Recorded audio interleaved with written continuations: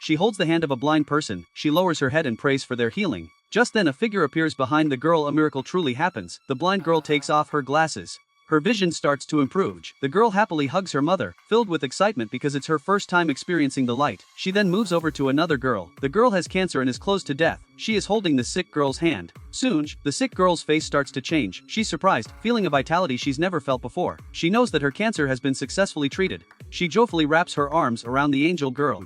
The angelic girl is joyful to lend a hand to others, but doing that drains way too much of her energy. The girl falls to the ground just before she gets to the door. Her parents take her to the hospital for an examination. The media catches wind of this and rushes over, surrounding the hospital to protect their daughter. For their safety, they have no option but to make their way to her grandfather's house. Meanwhile, the girl's condition is deteriorating. Doctors inform them that she has cancer. They can only attempt to prolong her life. Upon learning that their daughter is dying, the mother breaks down in tears, unable to comprehend the reality of the situation. If she can't accept that her sweet daughter is leaving them, she embraces her husband and starts to cry. Their daughter overhears the conversation, even though she is afraid of death. She is even more afraid of her mother's sadness. The girl gives her mother a tight hug. She tells her mom that she loves her a lot. The girl asks her parents to take her back to the lake where she encountered God. She wants to see God one more time to ask if she can stay with her parents. After saying this, the girl passes out. Her parents are determined to take her to the hospital. The girl wakes up, and her grandfather heads to the lake by himself. He bows his head and prays to God, hoping the girl will recover. He even kneels down and shouts loudly, "Please don't do that.